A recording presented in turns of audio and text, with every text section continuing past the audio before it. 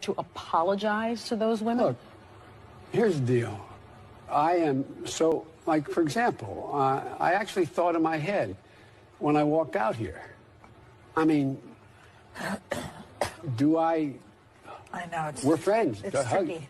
No, but I should be able to read better. But I have never in my life done anything in approaching a woman that has been, other than trying to bring solace. I'm used to, like one of your staff was, I'm used to, I think it's really important we listen. Whether I sit down next to somebody and it's not invited to sit down. So that's my responsibility. I have to be more aware, and it's totally legitimate. But anyway, I think it's legitimate, and I think it is, and to anyone. But I don't think anyone's ever said. But they've also said this pandemic.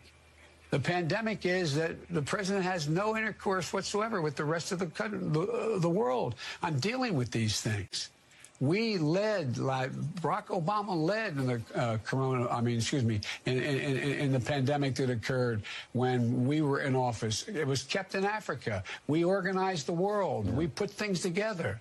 If you became president tomorrow, what would you do differently regarding the pandemic and getting these surging cases now under control? I would go back to making sure that everybody had masks, that you had PPE lined up. We have been making sure we stockpile all the things that we need that we don't have now. The one thing we do know, these masks make a gigantic difference. I would insist that everybody on public be wearing that mask. Anyone to reopen would have to make sure that they walked into a business that had masks. Couldn't you use your federal leverage to mandate that, though? Yes. And would you? Yes, I would. From an executive standpoint, yes, I would. So you would, in effect, mandate the wearing of masks? I would do everything on my possible to make it required that people had to wear masks in public. We cannot let this, we've never allowed any crisis from the Civil War straight through to the pandemic of 17, all the way around 16. We have never let our democracy take second fiddle. We can both have a democracy and elections and at the same time correct the public health. Have you ever had a dream that you want